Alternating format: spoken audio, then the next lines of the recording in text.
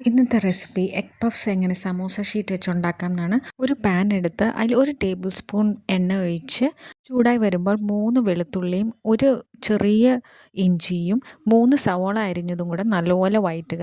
നല്ല golden brown ആവുന്നത് വരെ ഒന്ന് വഴറ്റിയ ശേഷം നമുക്കിതിലോട്ട് മുളക് പൊടി 1/2 ടീസ്പൂൺ, മഞ്ഞൾപ്പൊടി 1/4 ടീസ്പൂൺ, കുരുമുളക് പൊടി 1/2 ടീസ്പൂൺ, 1/2 ടീസ്പൂൺ ഉപ്പ്, garam masala 1/2 teaspoon, coriander powder 1/2 teaspoon, ഇവയെല്ലാം കൂടെ നമുക്കൊന്ന് മിക്സ് ചെയ്യാം. മിക്സ് ചെയ്ത ശേഷം ഒരു ചെറിയ തക്കാളിയും കൂടി ഇട്ട് നല്ലപോലെ വഴറ്റിയ ശേഷം നമുക്ക് സ്റ്റൗ ഓഫ് ചെയ്യാം. ഇനി 2 സമോസ ഷീറ്റ് എടുക്കാം. അത് ക്രോസ് പോലെ വയ്ക്കുക. ഇനി കുറച്ച് മൈദ എടുത്ത് അത് വെള്ളത്തിൽ നല്ല പശ പോലെ ഇത് ഒട്ടിക്കാനായിട്ട് ഒന്ന് എടുക്കാം. ക്രോസ് പോലെ വെച്ചിട്ട് അതിൻ്റെ നടുക്ക് നമുക്ക് മുട്ട പുഴുങ്ങിയതും മസാലയും കൂടെ വയ്ക്കാം.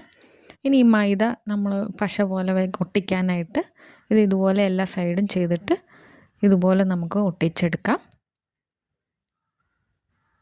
ഇത് ഒട്ടിച്ച ശേഷം നമുക്ക് നല്ല ചൂടുള്ള എണ്ണയിലോട്ട് ഇടാം.